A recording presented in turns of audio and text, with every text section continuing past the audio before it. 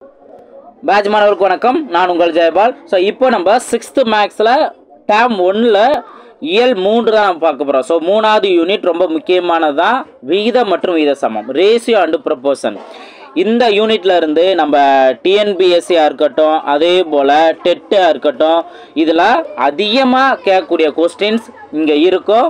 So இது பேசிக்ஸில் இருந்து உங்களால் கிளியராக தெரிஞ்சுக்க முடியும். இந்த யூனிட்டில் டோட்டலாக ஒரு 70 சம்ஸ் இருந்தாலும், அதாவது பேசிக்கே வச்சு சின்ன சின்னதாக உங்களுக்கு கொடுத்துருப்பாங்க, அதை ப்ராக்டிஸ் பண்ண நினைக்கிறவங்க ப்ராக்டிஸ் பண்ணிக்கலாம். மொத்தமாக ஆவரேஜாக பார்த்தீங்கன்னா 70 சம்ஸ் இருக்கும்.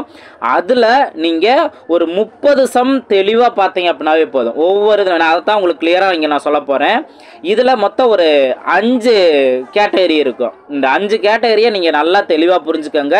எல்லா எக்ஸாமுக்குமே யூஸ்ஃபுல்லாக இருக்கும். இப்போ நம்ம டெட்டு சம்மந்தம் பார்க்கும்போது இங்கே என்ன அப்படின்னா, ஃபஸ்ட்டு பண்புகள் கொடுப்பாங்க. ரேஷியோனா என்ன, அந்த வீதத்தோட பண்புகள் என்ன அப்படிங்கிற சொல்லியிருப்பாங்க. ஓகே, இதை நம்ம தெரிஞ்சிருக்கணும் கண்டிப்பாக. அதுக்கு அடுத்தது ஒரு விகிதம்னு இருந்துச்சுன்னா அதுக்கு சமமான விகிதம் என்ன அப்படின்னு சொல்லியிருப்பாங்க. ஸோ எது சமமான விகிதம், இதெல்லாம் கேள்வி அடிக்கடி கேட்டுகிட்டே தான் இருப்பாங்க. ஓகேவா? அதுக்கு அடுத்தது ஒரு ரேஷியோன்னு இருந்துச்சுன்னா அதோட எளிய வடிவம் என்ன.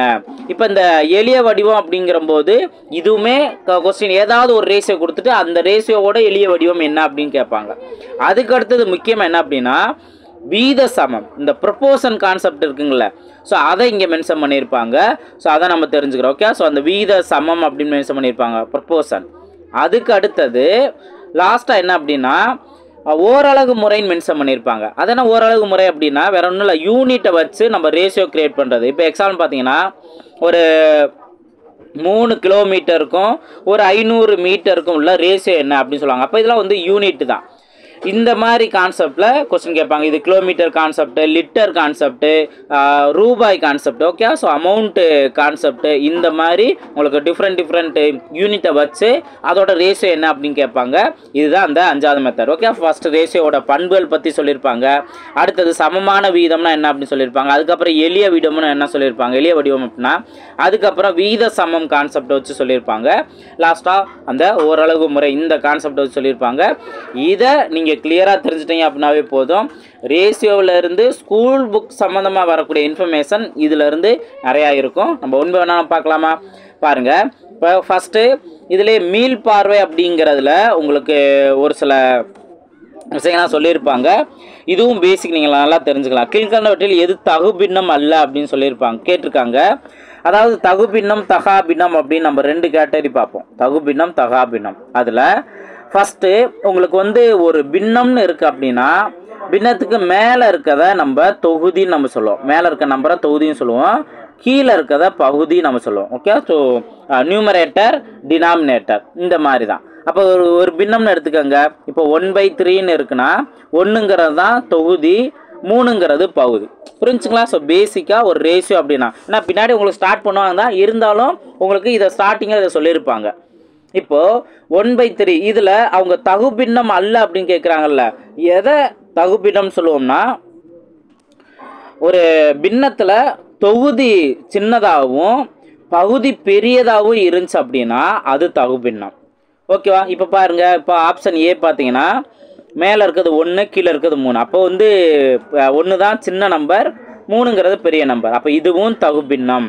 அதே போல் இதை நீங்கள் கவனித்தாலும் மேலே இருக்கிறது சின்னதாக இருக்குது, கீழே இருக்கிறது பெருசாக இருக்குது, இதுவும் தகுபின்னம். அதே போல் இதுவும் தகுபின்னம். ஆனால் இங்கே ஆப்ஷன் டி மட்டும் நீங்கள் கவனிங்க. ஆப்ஷன் டி கவனிச்சிங்கன்னா உங்களுக்கு மேலே இருக்கிறது பெருசாக வந்துருச்சு, கீழே இருக்கிறது சின்னதாக இருக்குது. அப்போ இதுதான் என்ன பண்ணுவாங்க, தகாபின்னம் சொல்லுவாங்க. ஓகேங்களா? ஸோ அப்போ எது தகுபின்னம் எது தகாபின்னம் அப்படிங்கிறத கிளியராக நீங்கள் இதுலேருந்து தெரிஞ்சுக்கலாம். அதுக்கு அடுத்தது இப்போ இங்கே பாருங்கள், 1/7 இதோட சமமான பின்னம் என்ன. இது வந்து உங்களுக்கு ஓவரால் இந்த மாதிரி கொஸ்டின்லாம் நீங்கள் பேசிக் தெரிஞ்சுக்கிறதுக்கு பின்னாடி அடுத்தடுத்து நீங்கள் கற்றுக்குவீங்க அப்படின்னு சொல்லியிருப்பாங்க. இப்போ 1/7 இதோட சமமான பின்னம் என்ன அப்படின்னு கேட்டிருப்பாங்க. நம்ம என்ன பண்ணுவோம், இப்போ 1/7ங்கிறத உங்களுக்கு மேலே இருக்க நம்பரையும் கீழே இருக்க நம்பரையும் ஒரே நம்பரால் மல்டிபிள் பண்ணி வரணும். இப்போ எக்ஸாம்பிள் பார்த்தீங்கன்னா நம்ம காமனாக 2ஆல் மட்டும் மல்டிபிள் பண்ணோம்னா 1 × 2 என்ன வரணும், 2ன்னு வரணும். கீழே 2 அந்த 7 × 2 14ன்னு வரும். அப்போ 1/7க்கு சமமான பின்னம் என்னன்னு கேட்டால் 2/7. இப்போ இது மட்டுமா அப்படின்னு கேட்டிங்கன்னா அது கிடையாது. ஏன்னா சமமான நம்பர் எது வேணால் எடுத்துக்கலாம். அப்போ 3ஆல் கூட நம்ம மல்டிபிள் பண்ணிக்கலாம் காமனாக. அப்போ 3ஆல் மல்டிப்ளை பண்ணால் என்ன வரும் 3/21 வரும். இதுவும் இதுக்கான சமமான பின்னம் தான். இந்த மாதிரி இருக்கும். அப்போ எந்த நம்பர் வேணால் யூஸ் பண்ணலாம். அப்போ அதுபடி பார்க்கும்போது என்ன 1/7 இதோட சமமான பின்னம்ங்கிற பார்த்தோம்னா இப்போ மேலே இருக்க நம்பர் 2ஆல் மல்டிப்ளை பண்ணியிருந்தா கீழே 2ஆல் மல்டிப்ளை பண்ணுவோம் 14 தான் வந்திருக்கணும். ஆனால் இங்கே 15 வருது. அப்போ இது இல்லை. அதே போல் இங்கே 1/7னா 1/7 தான் இருக்கும். ஆனால் இதுவும் இல்லை. 1/49 கொடுத்துட்டாங்க. இதுவும் சமமான பின்னம் இல்லை. அதே இது இதை கவனிங்க 1/7ங்கிறத காமனாக 7ஆலேயே மல்டிபிள் பண்ணியிருந்தாங்கன்னா 1/7 7 49. அப்போ இது வந்து காமனாக வருதா? இதுதான் இந்த 1/7க்கான சமமான பின்னம். புரிஞ்சுங்களா? ஸோ இதுதான். மற்றபடி நீங்கள் ஆப்ஷனை கொஸ்டினை பொறுத்த வரைக்கும் நீங்கள் செக் பண்ணும்போது ஒரே ஒரு ஆப்ஷன் கரெக்டாக வந்துருச்சு அப்படின்னா ஏஓ பிஓ சிஓ இதெல்லாம் வந்துருச்சு அப்படின்னா எது வந்திருக்கோ அதை மட்டும் நீங்கள் கரெக்டாக நீங்கள் எடுத்துக்கலாம். மித்தது நீங்கள் செக் பண்ணணும்னு அவசியமே இல்லை. டைம் வேஸ்ட் பண்ண தேவையில்லை. இது நான் நிறையா டைம் நம்மளோட கிளாஸில் நான் சொல்லியிருப்பேன். ஓகே, இப்போ 3ஆவது கவனிங்க. இந்த ட்ரிக்கும் நீங்கள் கண்டிப்பாக தெரிஞ்சுக்கணும். இது ரிலேட்டடாகவும் சிம்பிளிஃபிகேஷன்லையும் கேட்பாங்க, ரேஷியோ கான்செப்ட்லையும் கேட்பாங்க. என்ன அப்படின்னா கொடுக்கப்பட்ட பெட்டியலில் எது பெரியது சிறியது இந்த இதை வந்து பயன்படுத்தி அப்படி சொல்கிறாங்க. இப்போது 5/8 1/10 எது பெருசு கிரேட்டர் தானா லெஸ் தானா அப்படிங்கிற கான்செப்ட். நீங்கள் என்ன பண்ணலான்னா ஜஸ்ட் கிராஸ் மல்டிபிள் பண்ணிட்டு பண்ணுங்கள். கீழே இருக்க 10 மேலே இருக்க 5ஓட மல்டிபிள் பண்ணால் உங்களுக்கு 50ன்னு கிடைக்கும். அதே போல் இங்கே 1 × 8 8 தான். இப்போ இதில் பார்க்கும்போது இந்த நம்பரில் பார்க்கும்போது 50 தானே பெருசு. அப்போ இதுதான் கிரேட்டர் தென். அப்போ நம்ம என்ன பண்ணலாம் சிம்பிள் பார்த்தீங்கன்னா 5/8 தான் பெருசு 1/10 சின்னது. அப்போ இந்த சிம்பிள் யூஸ் பண்ணலாம். இது பெரிய இந்த ஒரு 2 ரேஷியோவோ 2 பின்னங்களோ கொடுத்து எது பெருசு சிறுசு அப்படின்னு கேட்டாங்கன்னா இந்த ட்ரிக்கை ஜஸ்ட் கிராஸ் மல்டிபிள் ட்ரிக்கை நீங்கள் யூஸ் பண்ணுங்கள். ஈஸியாக நீங்கள் சிம்பிளை பண்ணிடலாம். இப்போ இதில் நீங்கள் கவனிச்சிங்கன்னா இதை நீங்கள் ஒரு 2 நம்பர் இருக்குது 9/12ன்ட்டு இதை நீங்கள் 3ஆல் அடிச்சு கொடுக்கலாம்ல. அப்போ 3 9 4 12. அப்போ இதுவே 3/4ன்னு வந்திருக்கு. இந்த சைடு இருக்கிறதும் 3/4 தான். அப்போ ரெண்டுமே ஈக்குவல் தானே. அதனால் நம்ம ஈக்குவலும் கொடுத்துக்கிறோம். பட் இந்த மாதிரி ஈக்குவல் வர்ற மாதிரிலாம் கொடுக்க மாட்டாங்க. ஏதாவது ஒரு 4 ரேஷியோவோ 4 பின்னங்களோ கொடுத்து அதில் எது பெருசு எது சிறுசு இந்த மாதிரி கேட்பாங்க. அல்லது ஏறு வரிசையில் எழுதுக அல்லது இறங்கு வரிசையில் எழுதுக இந்த மாதிரி தான் கேள்விகள் கேட்பாங்க ரேஷியோவோ பின்னமோ யூஸ் பண்ணி. ஓகேவா? அப்போ இந்த 3 இது பார்க்கும்போதே உங்களுக்கு ஒரு பேசிக்கான ஐடியாஸ் வருதா? இப்போ தான் என்ன ஸ்டார்ட் பண்ணுறாங்கன்னா இப்போ இதெல்லாம் மற்றதெல்லாம் இதே கான்செப்ட் படி தான். இதுதான் இன்ட்ரோடக்ஷனு. இங்கேருந்து தான் உங்களுக்கு ஸ்டார்ட் பண்ணுறாங்க. இதை கவனிங்க. ஃபஸ்ட்டு விகிதம்னா என்ன? ஆக்சுவலாக வந்து அந்த ரேஷியோ அப்படிங்கிற வேர்டு ஒரு கிரேக்க வேர்டுலேருந்து வந்தது அப்படிங்கிற சொல்லியிருப்பாங்க. பட் இது நம்மளுக்கு தேவையில்லை, தெரிஞ்சுக்கோங்க. இப்போ நெக்ஸ்ட்டு இதுதான். இப்போ பண்புகளை பற்றி நீங்கள் கிளியராக தெரிஞ்சுக்க போகிறீங்க. ஒரு ரேஷியோங்கிறது என்ன அப்படின்னா அது ஒரு ஒப்பீடு தான். அதாவது ஒரே அளவுடைய 2 அளவுகளின் ஒப்பீடு தான் விகிதம் நம்ம சொல்கிறோம். ஜஸ்ட் கம்பேர் தான். அப்போது நம்மளுக்கு ஒரு வேல்யூ கொடுக்குறாங்க அப்படின்னா இப்போ உங்களுக்கு ஒரு சின்ன ஒரு எக்ஸாம்பிள் கொடுத்துருப்பாங்க. இப்போ ஒரு 10 கிலோமீட்டருக்கும் ஒரு 5 கிலோமீட்டருக்கும் உள்ள விகிதம் என்ன அப்படின்னு கேட்டாங்கன்னா ஜஸ்ட்டு இது நம்பர் தான். யூனிட்லாம் நம்ம எடுத்துக்கவே தேவையில்லை. இதை அடிச்சு கொடுத்தோம் அப்படின்னா நம்மளுக்கு 2:1 தானே கிடைக்கும். அப்போ நம்ம 2:1 தான் சொல்லுவே தவிர 2 கிலோமீட்டர் 1 கிலோமீட்டரும் சொல்ல மாட்டோம். ஓகே, ஒரு வேல்யூவில் இருந்து நம்ம மறுபடியும் யூனிட்டுங்கிறத நம்ம சொல்லவே மாட்டோம். இது நம்ம என்ன சொல்கிறோம் அது ஜஸ்ட் ஒரு நம்பருங்கிற மட்டும்தான்.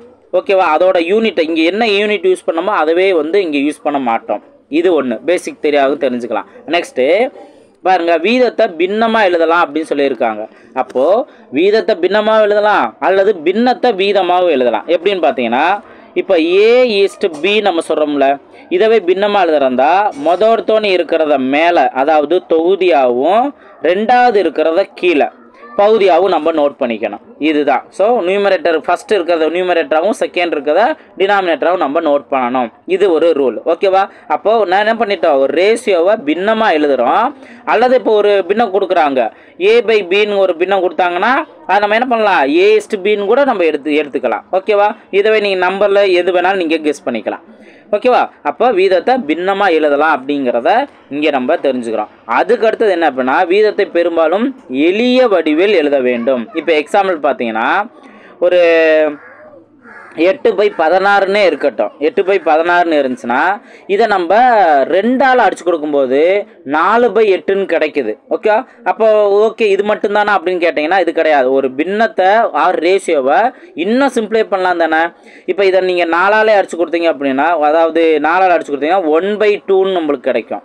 அல்லது இதவே டைரெக்டாக 8ஆல் அடிச்சு கொடுத்தாலும் நம்மளுக்கு 1/2ன்னு கிடைக்கும். இப்போ இதுக்கு மேலே சிம்ப்ளை பண்ண முடியுமா? 1/2க்கு அடுத்து சிம்ப்ளை பண்ண முடியுமா?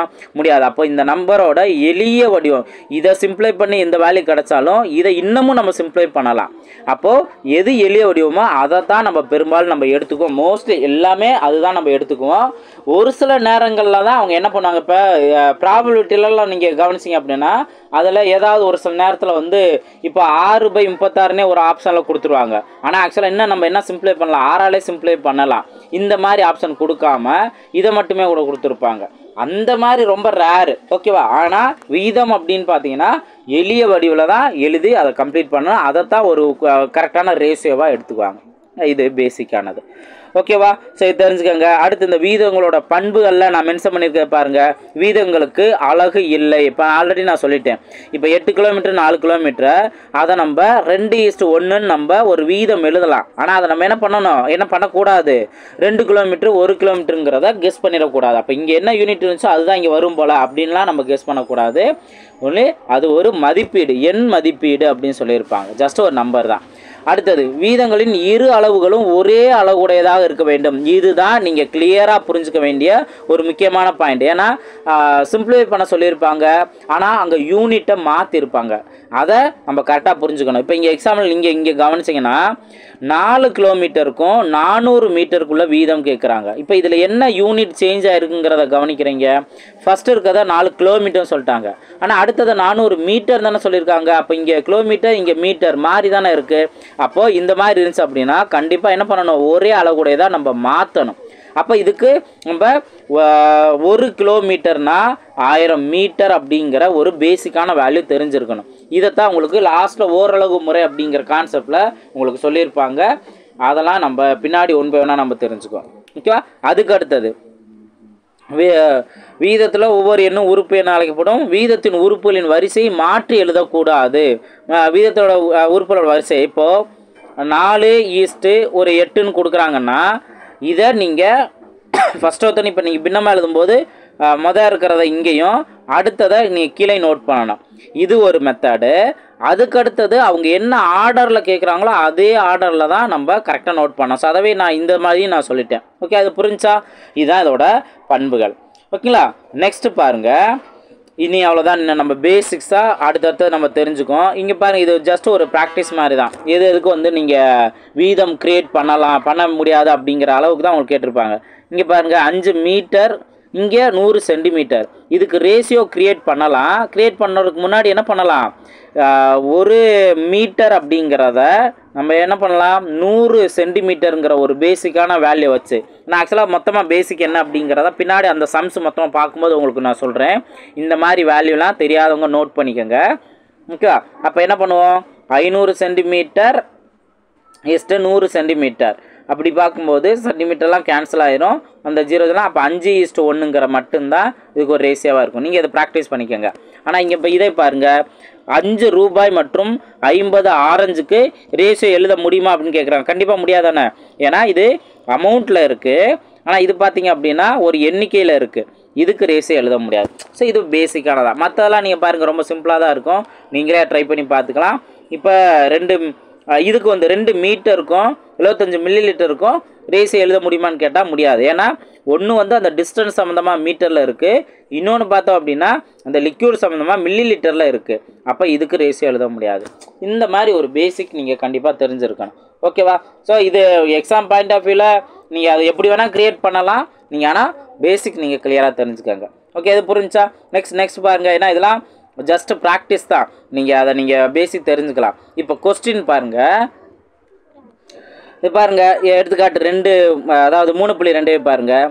500 கிராமுக்கும் 250 கிராமுக்குள்ள வீதத்தை எளிய வடிவில் காண்க அப்படின்னு கேட்குறாங்க. அப்போது ஃபஸ்ட்டு இருக்கிறத மேலே நம்ம நோட் பண்ணுவோம், செகண்ட் இருக்கிறத நம்ம கீழே நம்ம நோட் பண்ணோம். ரெண்டுமே ஒரே யூனிட்டாக நம்ம செக் பண்ணணும். கண்டிப்பாக ரெண்டுமே ஒரே யூனிட் தான், கிராம் அப்படிங்கிறதான். ஸோ அதனால் இங்கே ஒன்றும் பிரச்சனையே இல்லை. ஜஸ்ட்டு இதவே நீங்கள் 250ஆல் அடிச்சு கொடுத்தீங்கன்னா இங்கே 1 வரும், இங்கே 2ன்னு வரும். அப்போது 2/1. இதவே ரேஷியோவில் 2:1ங்கிறதா அதற்கான ஆன்சராக வரும். புரிஞ்சா? இப்போ அடுத்தது பாருங்கள், இங்கே தான் நீங்கள் முக்கியமாக நீங்கள் கவனிக்க வேண்டிய ஒரு பாயிண்ட் இருக்கும். நல்லா கவனிங்க. நிறையா பேர் கேர்லெஸ் மிஸ்டேக் இந்த மாதிரி கொஸ்டின் தான் விடுவாங்க. இங்கே என்ன அப்படின்னு பார்த்தீங்கன்னா, மாதவியும் அன்பும் 2 மேசைகளை ரூபாய் 750, ரூபாய் 900 இதுக்கு வாங்குறாங்க. அன்பும் மாதவியும் வாங்கிய மேசைகளின் வீதத்தை எளிய வடிவில் காண்க அப்படின்னு கேட்டுருக்காங்க. சார் இது பேசிக்கானதான், இது என்ன டிஃப்ரென்ஸ் அப்படின்னு கேட்டிங்கன்னா, ஃபஸ்ட்டு அவங்க கொடுத்துருக்க டேட்டாவோட ஆர்டர் பாருங்கள். ஃபஸ்ட்டு மாதவியோட அமௌண்ட் என்ன 750. செகண்டு அன்போட வேல்யூ என்ன 900. ஓகேவா? அப்போ ஃபஸ்ட்டு கொடுத்தது மாதவி, செகண்டு கொடுத்தது தான் அன்பு. ஆனால் அடுத்து அவங்க ரேஷியோவை கேட்டது என்ன, அன்பு மாதவியும் கேட்டிருக்காங்க. அப்போது ஃபஸ்ட்டு என்ன கேள்வி கேட்டிருக்காங்க, என்ன ஆர்டரில் கேட்டிருக்காங்கிறத கரெக்டாக நீங்கள் அதை புரிஞ்சுக்கணும். இங்கே தான் கேர்லெஸ் மிஸ்டேக் பண்ணுவாங்க. ஏன்னா இப்போ மாதவி அன்பு அப்படின்னு பார்க்கும்போது இதே ஆர்டரில் 750:900 நம்ம பார்க்கும்போது இதை அடித்து கொடுப்பாங்க. இப்போ இதை அடித்து கொடுத்தோம் அப்படின்னா 5ஆல் அடித்து கொடுத்தோம் அப்படின்னா இங்கே 1 5 15ன்னு இருக்கும். இங்கே 1 அடுத்து 40னா 8 18ன்னு இருக்கும். இதையும் நம்ம அடுத்து 3ஆல் அடிச்சு கொடுத்தோம் அப்படின்னா 5 3 15 6 3 18 5:6ன்னு கிடைக்கும். ஆனால் நம்ம என்ன ஆர்டரில் எழுதியிருக்கோம், மாதவியும் அன்பும். இதுதான் நீங்கள் கொஸ்டின்லாம் பார்த்தீங்கன்னா மொதல் ஆப்ஷன் ஏல இதுதான் இருக்கும் 5:6ன்ட்டு. நம்ம சரியாக கவனிக்காமல் என்ன ஆர்டரில் கேட்டிருக்காங்க, ஆர்டரை மாற்றிருக்காங்கிற விஷயத்தை கவனிக்காம விட்டோம்னா மொதல் ஆப்ஷன் தான் நம்மளுக்கு கரெக்டாக நினச்சி அவசரப்பட்டு நம்ம சூஸ் பண்ணிடுவோம், மிஸ்டேக் பண்ணிடுவோம். இதுதான் கேர்லெஸ் மிஸ்டேக். ஏன்னா கொஸ்டினை நம்ம ஈஸியாக எளிய வடிவம் எப்படி பண்ணுறதுங்கிறத நம்ம தெரிஞ்சுக்கிட்டோம். ஆனால் அவங்க கேள்வி என்ன பண்ணுறாங்க, அவங்க கேட்டிருக்க ஆர்டரை மாற்றுறாங்க. அப்போ ஆக்சுவலாக நம்ம என்ன பண்ணணும், என்ன தான் டேட்டா எப்படி கொடுத்துருக்காங்க, என்ன ஆர்டரில் கொடுத்துருக்காங்கிறதை நம்ம கவனிச்சுட்டு எப்பயுமே ஆன்சர் என்ன ஆர்டரில் கேட்டிருக்காங்க, அன்பும் மாதவி தான் கேட்டிருக்காங்க. அப்போ நீங்கள் ஃபஸ்ட்டு இதை சிம்ப்ளை பண்ணிவிட்டு அடுத்து நீங்கள் ஆர்டர் மாத்திருந்தாலும் ஓகே, அல்லது ஃபஸ்ட் எடுத்தோடனே நீங்கள் ஃபஸ்ட்டு அவங்க என்ன கேள்வி கேட்டிருக்காங்க, அன்பும் அடுத்து மாதவியும் கேட்டிருக்காங்கன்னா அந்த அமௌண்ட்டில் நீங்கள் டைரெக்டாக போட்டாலும் ஓகே, போட்டு நீங்கள் சிம்ப்ளை பண்ணாலும் ஓகே. ஆனால் ரொம்ப கவனம், ஏன்னா கேர்லெஸ் மிஸ்டேக் விட இந்த மாதிரி கொஸ்டினில் தான் அதிகமான வாய்ப்பு இருக்குது. புரிஞ்சுங்களா? இதுதான் நிறையா ஸ்டூடெண்ட் என்ன பண்ணுறாங்கன்னா, நல்லா ப்ராக்டிஸ் பண்ணியிருப்பாங்க. சார் நான் இதை மறந்துட்டேனேங்க சார், எல்லாம் வடிவேல் காமெடி மாதிரி தான், எல்லாம் கரெக்டாக பண்ணிவிட்டு கடைசியில் மண்டலுக்கு கொண்டே மறந்த மாதிரி தான். இங்கே எல்லா ஆர்டர்லாம் கரெக்டாக நான் பண்ணிவிட்டேன், ஆனால் லாஸ்ட்டில் அவங்க ஆன்சர் கேட்டிருக்கிறது மாற்றி கேட்டிருக்காங்க அப்படிங்கிறத மிஸ்டேக் பண்ணிடுவோம். இதே கான்செப்டில் தான், இதே ட்விஸ்ட்டு தான் ஏஜ் சம்லையும் கேட்பாங்க. ஃபஸ்ட்டு ஒரு 2 பேர்த்தோட ஏஜ் சொல்லிவிட்டு அடுத்து அவங்க ஆர்டரை மாற்றி அவங்களோட வயதோட வீதம் என்னன்னு கேட்பாங்க. அவங்களோட வயதை வந்து ஒரு 5 வருஷத்துக்கு கழிச்சோ இல்லை ஒரு 10 வருஷத்துக்கு முன்னாடியே வயது என்ன அப்படின்ட்டு மாற்றி கேட்பாங்க. ஸோ இந்த இடத்துல தான் நீங்கள் கவனமாக ப்ராக்டிஸ் பண்ணணும். ஓகே, புரிஞ்சுங்களா? ஓகே, இப்போ அடுத்த எடுத்துக்காட்ட பாருங்கள். 40 நிமிடத்திற்கும் 1 மணி நேரத்துக்குள்ள வீதம். இது ஆக்சுவலாக யூனிட் சேஞ்ச் ஆகிருக்கா, அதாவது இது நிமிடத்தில் இருக்குது, இது மணியில் இருக்குது. அப்போ என்ன பண்ணணும், பெரிய வேல்யூ 1 மணி அப்படிங்கிறது தான் நம்ம என்ன எடுத்துக்கணும், 60 நிமிடமாக மாற்றிட்டு அதுக்கப்புறம் இங்கே சப்ஸ்டிட் பண்ணணும். 40 நிமிடம் அதுக்கப்புறம் 60 நிமிடம். இதை நம்ம அடிச்சு கொடுத்தோம் அப்படின்னா 2ஆல் அடிச்சு கொடுத்தா 2 4 2 6 2:3ன்னு கிடைக்கும். ரொம்ப சிம்பிளானதான். புரிஞ்சுங்களா? ஸோ இதுதான். இப்போ இதை நீங்கள் நல்லா ப்ராக்டிஸ் பண்ணுங்கள். இங்கேயும் நம்பர்ஸ் கொடுத்துருக்கிறதுல நீங்கள் நல்லா ப்ராக்டிஸ் பண்ணலாம். அந்த மாதிரி சின்ன சின்ன நம்பர், இப்போ 1 மீட்டர் 25 சென்டிமீட்டருக்கும் 2 மீட்டருக்கும் உள்ள விகிதம். அப்போது இது ஃபஸ்ட்டு நோட் பண்ணணும். அதை வந்து என்ன பண்ணிட்டாங்க, மீட்டரும் சென்டிமீட்டரும் கலந்து இருக்கிறத மொத்தத்துக்கு எல்லாத்தையுமே சென்டிமீட்டராக மாற்றிட்டாங்க. அப்போ 1 மீட்டருங்கிறது 100 சென்டிமீட்டர். இதை நம்ம என்ன பண்ணுறோம், அந்த 100 மீட்டரோட ஆட் பண்ணிக்கிறோம். அதுக்கப்புறம் 25 சென்டிமீட்டரையும் சேர்த்துக்கிறோம். அப்போ மொத்தத்துக்கு 125 வருமா, அதான் இங்கே கொடுத்துருப்பாங்க. அடுத்து 2 மீட்டருங்கிறது 200 சென்டிமீட்டர். இந்த மாதிரி சேஞ்ச் பண்ணி அதை நம்ம சிம்ப்ளை பண்ணிக்கலாம். நீங்கள் 25ஆலே அடிச்சு கொடுத்தா 5/8ன்னு கிடைக்கும். ஸோ அப்போ 5:8ங்கிறத நீங்கள் நோட் பண்ணலாம். புரிஞ்சுங்களா? இந்த மாதிரி தான் நம்ம இதை ப்ராக்டிஸ் பண்ணணும். இதுக்கப்புறம் வரக்கூடிய பயிற்சி இதெல்லாம் கலந்து தான் இருக்கும். நான் உங்களுக்கு ஒன் பை ஒன்னாக நான் சொல்கிறேன். அதில் முக்கியமாக எதை நம்ம பார்த்தோம் அப்படின்னா ஈஸியாக புரிஞ்சிடும் அப்படிங்கிறதையும் நான் உங்களுக்கு சொல்லிடுறேன். இப்போ இந்த பயிற்சி 3.1ங்கிறது கவனிங்க. ஃபஸ்ட்டு இந்த கோடித்தரதை நிரப்புங்கிறது இதே இதிலே கொஸ்டின் கேட்பாங்க. ரூபாய் 3க்கும் 5க்கும் உள்ள வீதம் என்ன அப்படின்னா, இதில் எதுவுமே சிம்ப்ளை பண்ண முடியாது, ஒரே யூனிட்டாக இருக்குது. ஸோ 3:5 தான் அதற்கான ஆன்சர். அதே இது பாருங்கள், இங்கே 3 மீட்டருக்கும் 200 சென்டிமீட்டருக்குள்ள வீதம் கேட்குறாங்க. அப்போ இங்கே என்ன இருக்குது, மீட்டர்னு இருக்குது, இங்கே சென்டிமீட்டர்னு இருக்குது. இதுக்கு ரேஷியோ க்ரியேட் பண்ணுறதுக்கு முன்னாடி என்ன பண்ணணும், 1 மீட்டர். இப்போ நான் வேல்யூலாம் நான் சொல்கிறேன், நல்லா நோட் பண்ணிக்கோங்க. 1 சென்டிமீட்டருங்கிறது 10 மில்லிமீட்டர். ஓகேவா? அதே போல் 1 மீட்டர் அப்படிங்கிறது 100 சென்டிமீட்டர். இதை நோட் பண்ணணும். அதுக்கடுத்து 1 கிலோமீட்டருங்கிறது 1000 மீட்டர். ஓகேவா? இது இந்த மீட்டர் சம்மந்தமாக நீங்கள் தெரிஞ்சுக்கக்கூடிய பேசிக்கான ஒரு 3 வேல்யூ. இதுக்கு அடுத்தது இந்த பைசா அப்படின்னா 1 ரூபாய் அப்படிங்கிறது. ஓகே, ஸோ 1 ரூபாய்ங்கிறது 100 பைசா. இது நம்மளுக்கு நல்லாவே தெரியும். ஓகே, 100 பைசா. அதுக்கு அடுத்தது 1 லிட்டர் அப்படிங்கிறது. Okay, so 1 litre 1000 milli litre. Okay, இப்போ அரை லிட்டர் அப்படின்னா 500 mlன்னு சொல்லுவாங்கள்ல. அப்போ 1 லிட்டர் அப்படின்னா 1000 மில்லி லிட்டர். ஓகே, இதை நீங்கள் தெரிஞ்சுக்கோங்க. நெக்ஸ்ட்டு இப்போது 1 மைல் அப்படிங்கிறது. ஓகே, 1 மைல் அப்படிங்கிறது 1.6 கிலோமீட்டர். இதுவுமே நீங்கள் கிளியராக தெரிஞ்சிருக்கணும். 1 மைலுங்கிறது 1.6 கிலோமீட்டர்.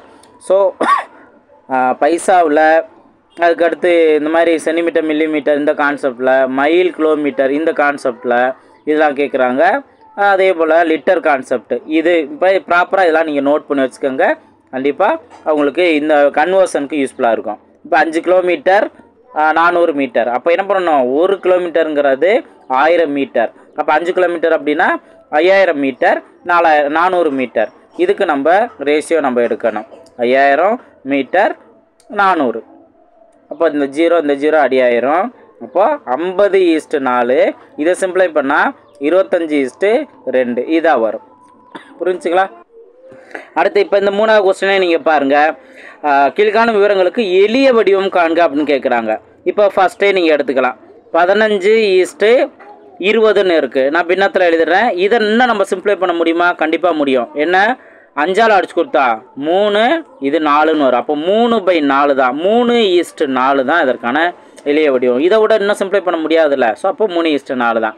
அதே போல் தான் உங்களுக்கு ஒவ்வொரு நம்பருமே கொடுத்துருப்பாங்க. இப்போ இந்த இது பார்த்தோம் அப்படின்னா காமனாக 8ஆல் அடிச்சு கொடுக்கலாம். 8ஆல் அடிச்சு கொடுத்தோம் அப்படின்னா 4:3ன்னு இருக்கும்.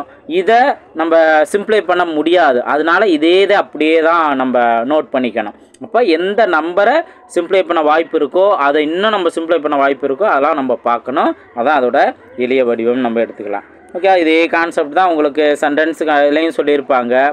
பாருங்கள், ஒரு வகுப்பில் உள்ள 50 மாணாக்கர் 30 பேரின் மாணவர்கள். அதில் மாணவர்கள் எண்ணிக்கை உள்ள விதை என்ன? இப்போ மாணவர்கள் 30 பேர்னு சொல்லிட்டாங்கல்ல. ஓகே, என்ன ஆர்டரில் கேட்குறாங்க? ஃபஸ்ட்டு பாய்ஸ் நோட் பண்ணணும், அதுக்கப்புறம் கேர்ள்ஸை நோட் பண்ணணும். பாய்ஸ் 30 பேர்னு சொல்லிட்டாங்க. இருக்கிற 50 பேர்த்தில் 30 பேர் பாய்ஸ்னால் மீதி 20 பேர் தான் கேர்ள்ஸு. இதை என்ன சிம்பிளை பண்ணோம் அப்படின்னா 3:2ன்னு கிடைக்கும். இந்த மாதிரி தான். அப்போ கொடுத்துருக்க டேட்டாவில் இருந்து அவங்க என்ன ஆர்டரில் கேட்குறாங்களோ அதை கரெக்டாக நோட் பண்ணிக்கணும். இந்த மாதிரி. இப்போ அதே போல் இந்த புறவய வினாக்களில் பாருங்கள். ரூபாய் 1க்கும் 20 பைசாவுக்கும் வீதம். அப்போ 1 ரூபாய்ங்கிறது 100 பைசா. அப்போது 100:20னா இதை அடிச்சு கொடுத்தா 5:1ன்னு கிடைக்கும்.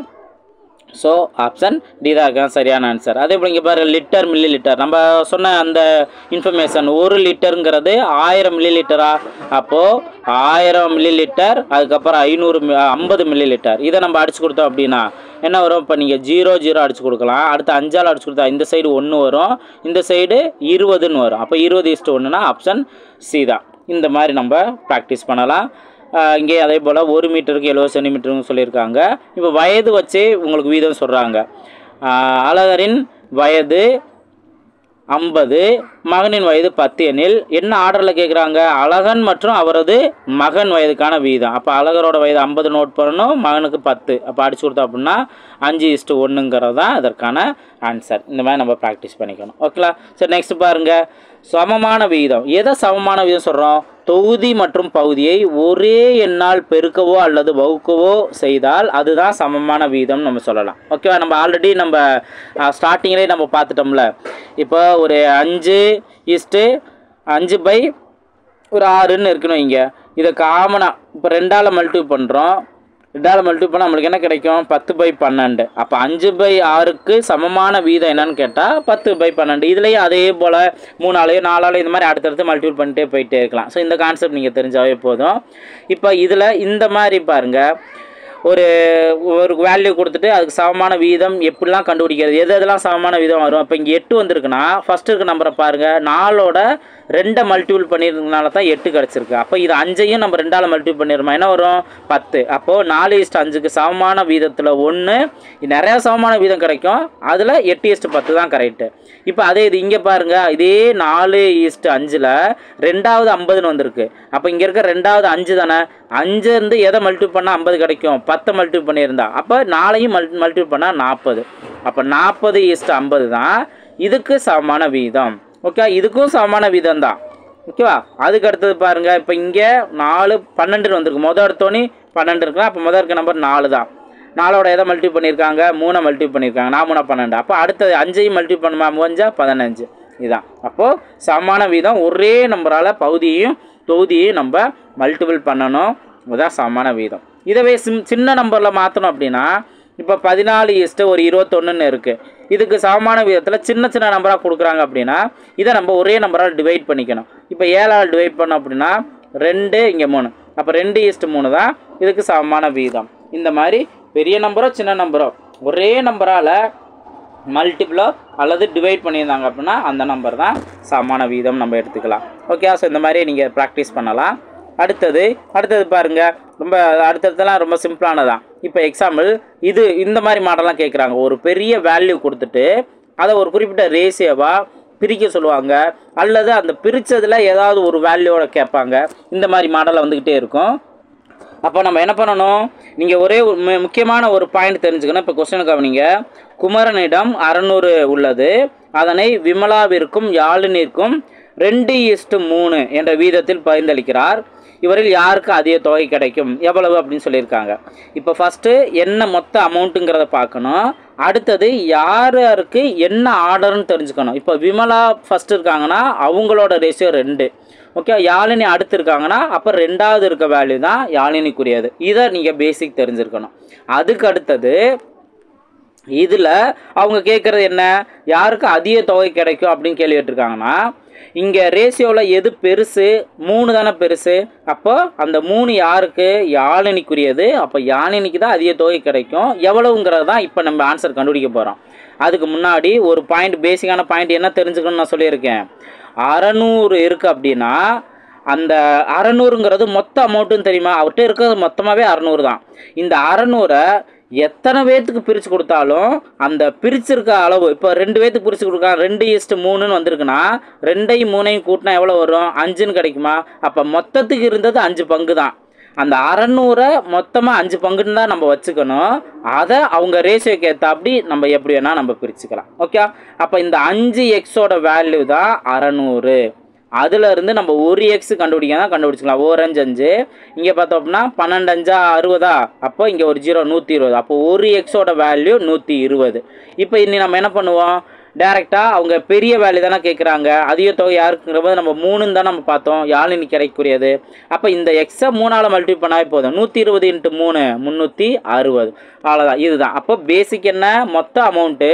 அடுத்தது 2வது யாருக்கு என்னென்ன ஆர்டருங்கிறத புரிஞ்சுருக்கணும். அடுத்தது மொத்த அமௌண்ட்டுங்கிறது அந்த ரேஷியோவோட கூடுதலுக்கு சமம்.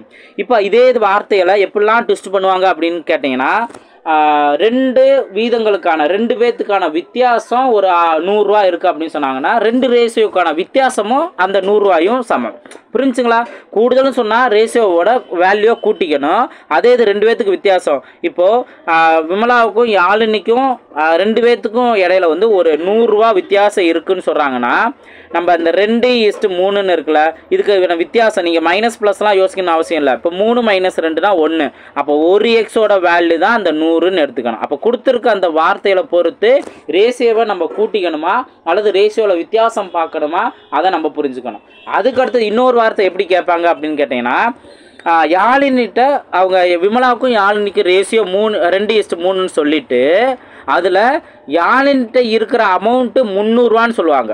யாழின்ட்டு இருக்க அமௌண்ட்டு 300 சொன்னாங்கன்னா இந்த யாழினிக்குரிய ரேஷியோ 3 தானே, இந்த 3ம் அவங்க வச்சுருக்க அந்த அமௌண்ட்டு சமம். அப்போ 3x தான் இந்த 300 அப்படிங்கிறத புரிஞ்சுக்கணும். இதுதான் அந்த கேட்டகரி.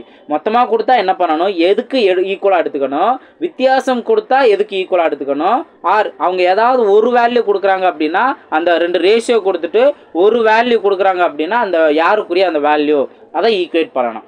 இந்த மாதிரி விஷயங்களை தான் நீங்கள் ரேஷியோ கான்செப்டில் புரிஞ்சுக்கணும். ரொம்ப ஈஸியாகவே அதை நீங்கள் தெரிஞ்சுக்கலாம். ஓகேவா?